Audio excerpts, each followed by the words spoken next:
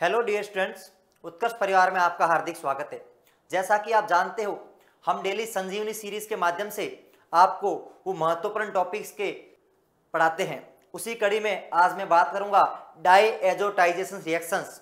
इसके साथ ही साथ इसके अंदर सैंडमेयर रिएक्शंस, गेटरमैन रिएक्शन और कपलिंग रिएक्शन को भी डिस्कस करूंगा। तो हम देखते हैं आज डाईएजोटाइजेशन रिएक्शंस। जब बच्चों हमने क्या लिया, एनिलीन लिया। एनिलीन्स क्या होता है, जब बेंजीन रिंग के ऊपर कोई NH2 ग्रुप लग जाए, इसे हम बोलते हैं एनिलीन्स। इस एनिलीन्स के ऊपर, इस नाइट्रोजन के ऊपर दो लॉन पेयर ऑफ इलेक्ट्रॉन है। कितने हैं? एक lone pair, one lone pair of electron है। इसे हम बोलते हैं एनिलीन्स।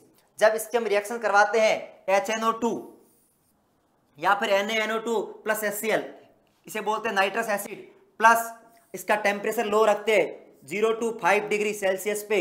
हम जब इसको हीट करते हैं तो आपका बनता है BDC, बेंजीन डाइजोनियम क्लोराइड। कैसा है? NH2Cl, ये पॉजिटिव और ये नेगेटिव, एक सॉल्ट बन गया जिसे हम बोलते हैं बेंजीन डाइजोनियम क्लोराइड।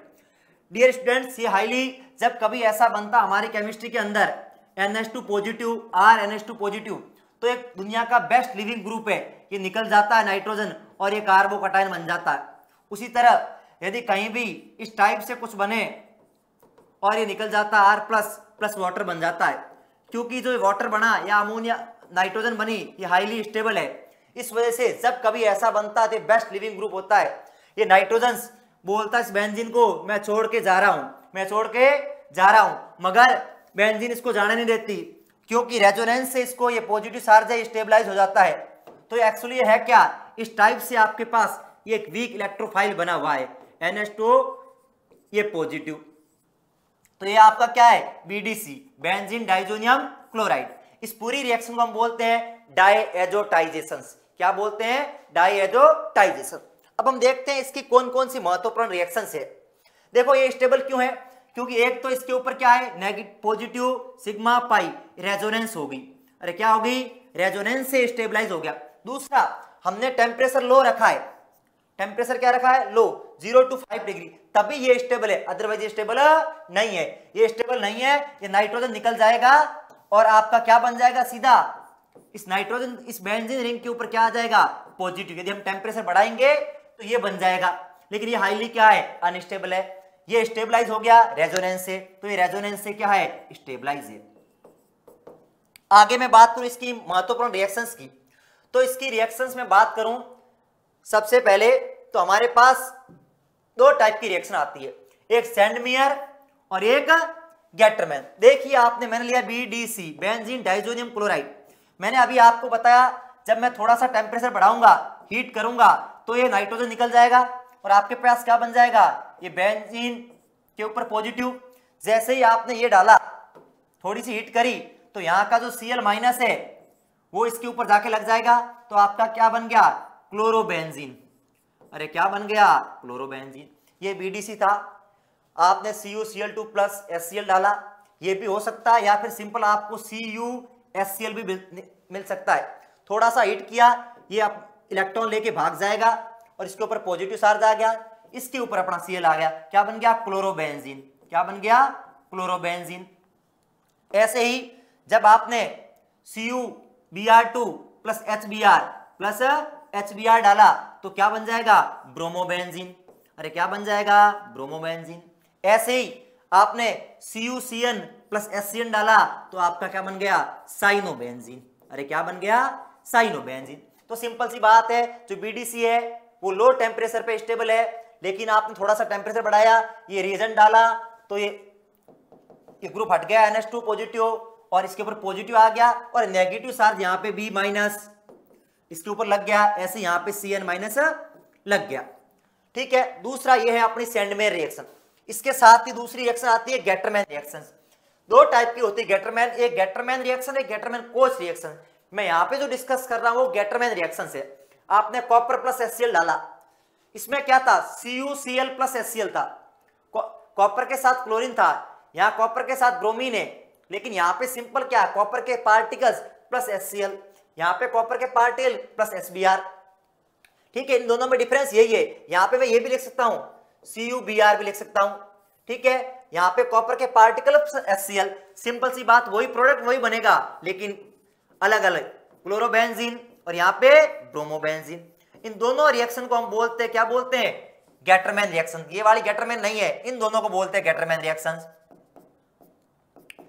अब मैं बात करूं कि आपके पास कॉपर प्लस HCl है, कॉपर प्लस Br है, इन दोनों में प्रोडक्ट सेम है लेकिन डिफरेंस किसका है, यहाँ पे कॉपर प्लस CuCl है और यहाँ पे सिंपल क्या है, कॉपर है।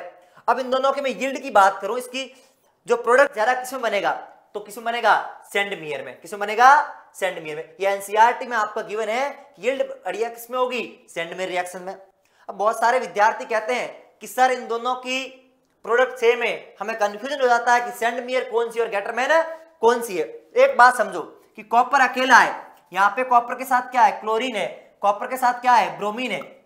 यहाँ पे कॉपर अकेला है, copper plus HCl, copper plus HBr।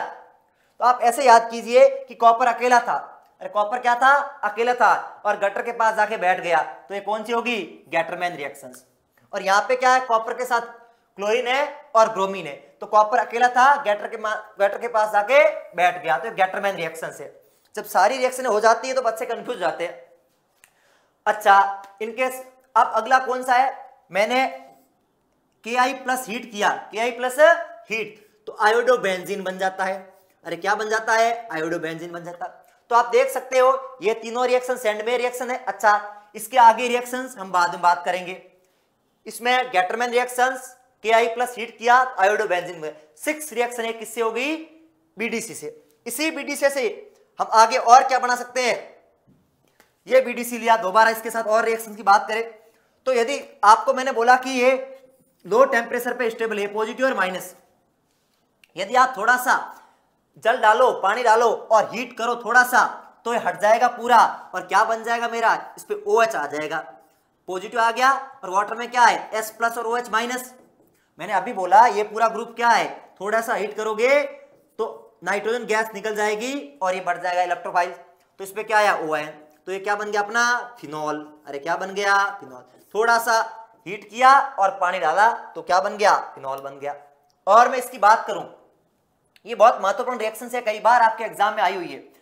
H3PO2 को हम क्या बोलते हैं, फॉस्फेनिक एसिड, या फिर इसको और क्या बोलते हैं, हाइपोफॉस्फोरस एसिड, हाइपोफॉस्फोरस एसिड। अब इसमें होता क्या है, ये इसका क्या कर लेता है, बेंजीन बना लेता है। अरे क्या बना लेता है, बेंजीन, या H लगा लेता है। ऐसे ही ये है, आपने क्या डाला, इथेनॉल डाला है, ये भी क्या बना लेगा, इसको बेंजीन बना लेगा। तो दोनों रिएक्शन बहुत महत्वपूर्ण है। और इसका आगे क्या हो जाता है, ऑक्सीडेशन, और क्या बन जाएगा, H3PO3। और ऐसे ही इसका ऑक्सीडेशन करोगे आप, एल्कोहल के ऑक्सीडेशन से क्या बनता है, आप सब जानते हो क्या बनता है, एल्डिहाइड बनता है। ठीक है, तो क्या बन जाएगा, इसका एल्डिहाइड बन जाएगा। और इसका क्या हो जाएगा, रिडक्शन हो गया, रिडक्शन और एडिशन ऑफ हाइड्रोजन, तो हाइड्रोजन ऐड हो गया यहाँ पे भी और यहाँ पे भी, तो आपका क्या बन गया, बेंजीन बन गया। तो ये दोनों रिएक्शन बहुत महत्वपूर्ण है, कई बार एग्जाम में आई हुई है कि आप फॉस्फेनिक एसिड डालते हो, H3PO2 या इथेनॉल डालते हो, तो BDC से क्या बन सकता है, बेंजीन बन जाएगा। और BDC से आपको फिनॉल बनाना है तो हल्का सा पानी डालो और हीट करो तो आपका फिनॉल बन जाएगा। अगली रिएक्शंस क्या है, यदि आप इसके अंदर डालते हो सोडियम बोरोफॉस्फिक एसिड, तो ये आपका एक कॉम्प्लेक्स बन जाता है। इसको थोड़ा सा हीट करते हैं तो फ्लोरोबेंजीन, क्या बन गया, फ्लोरोबेंजीन। अच्छा, इस कॉम्प्लेक्स के अंदर आप NaNO2 प्लस हीट कर लो, NaNO2 थोड़ा सा हीट करो तो आपका क्या बन जाएगा, नाइट्रोबेंजीन। तो आप समझिए क्या हुआ, सिंपल सा BDC लिया, इसको हम ऐसे भी लिख सकते हैं examiner, HBr plus phosphinic acid, boron phosphinic acid. ठीक है, तो आपका ये बन गया, इसको हम क्या बोलते हैं, बैलेंस स्केमन रिएक्शंस। नेक्स्ट की बात करूं मैं, तो बहुत महत्वपूर्ण रिएक्शंस आपने क्या लिया, BDC लिया, क्या लिया, BDC, इसे हम प्यार से क्या बोलते हैं, बेंजीन डाइजोनियम क्लोराइड। ये एक्चुअली है क्या, थोड़ा सा हीट करोगे तो अमोनिया, नाइट्रोजन निकल जाएगी और ये आपका इलेक्ट्रोफाइल्स बन गया। क्या बन गया, इलेक्ट्रोफाइल्स, एक तरीके से इलेक्ट्रोफाइल है। क्या है, इलेक्ट्रोफाइल्स। अब आप जानते हो ये क्या है, आपका फिनॉल। अब फिनॉल्स के इसके ऊपर क्या है, लल्ला लॉन पेयर, ये इलेक्ट्रॉन डोनेटिंग ग्रुप है, इस रिंग को एक्टिवेट कर लेगा ऑर्थो पे और पैरा पे, इलेक्ट्रॉन डेंसिटी को बढ़ा लेगा। ऐसे ही मैं बात करूं ये नाइट्रोजन एनिलीन की, तो एनिलीन भी क्या करेगा, इलेक्ट्रॉन डोनेटिंग ग्रुप है, रिंग को आबाद कर लेगा, इलेक्ट्रॉन डेंसिटी को बढ़ा लेगा और ऑर्थो और पैरा पे इलेक्ट्रॉन डेंसिटी क्या हो जाएगी, बढ़ जाएगी। अब यहां पे इलेक्ट्रॉन डेंसिटी बढ़ गई तो होगा क्या, क्या हुआ आपको, आप जानते हो बेंजीन और बेंजीन डेरिवेटिव कौन सी रिएक्शन देते हैं, ESR, इलेक्ट्रोफिलिक सब्स्टिट्यूशन रिएक्शंस, क्या देते हैं, ESR। तो यहां से हाइड्रोजन हट गया और HCl बाहर निकल गया और ये सीधा यहां जाकर लग गया, ठीक है। तो ये Cl और ये हाइड्रोजन हट गया और आपका ये बीटा हाइड्रोक्सी एजोबेंजीन बन गया। ये एक तरह से कपल बन गए, एक बड़ा ग्रुप और एक है क्या बन गए, कपलिंग रिएक्शन। इसे क्या बोलते हैं, कपलिंग रिएक्शन। और कपलिंग रिएक्शन होगी, कपल बन गई, जिंदगी रंगीन हो गई और कौन सा रंग हो गया, ऑरेंज। तो ये ऑरेंज एजोडाई है, ऑरेंज एजोडाई। तो बच्चों यदि आपको कभी भी फिनॉल का टेस्ट करना है तो फिनॉल का टेस्ट करना है तो क्या डाल दो, BDC। यदि ऑरेंज कलर आ जाए तो क्या होगा, फिनॉल। ऐसे ही ये ClH हट गया और आपका क्या बन गया, बीटा अमीनो एजोबेंजीन। क्या हुआ, वही सिंपल सी बात, आप इसको क्या लिख लो, BDC को इस तरह से लिख लो, NH2Cl, और इसी को एनिलीन को ले लिया आपने, सिंपल सी, कई बार नीट में भी आई हुई है। ये हट गया आपका और ये आपका कंपाउंड बन गया, ठीक है। अब दो बड़े बड़े ग्रुप जुड़ गए तो कपल बन गया बहुत बड़ा, इसे हम क्या बोलते हैं, कपलिंग रिएक्शंस। अच्छा, कपल बन गए तो जिंदगी रंगीन हो गई, इसमें कलर कौन सा होगा, येलो। तो यदि येलो कलर आता है, येलो डाई बनती है तो क्या है, एनिलीन है। यदि ऑरेंज डाई बनती है तो क्या है, फिनॉल है। तो ये बहुत महत्वपूर्ण रिएक्शन है, कपलिंग रिएक्शंस और नेमिंग रिएक्शन के तौर पे भी है और डिस्टिंग्विश टेस्ट के लिए भी है। तो आप समझ सकते हो कि एक BDC से कितनी रिएक्शंस बन सकती है, ठीक है। तो थैंक यू, मिलते हैं कल नेक्स्ट क्लास में इसी टाइम।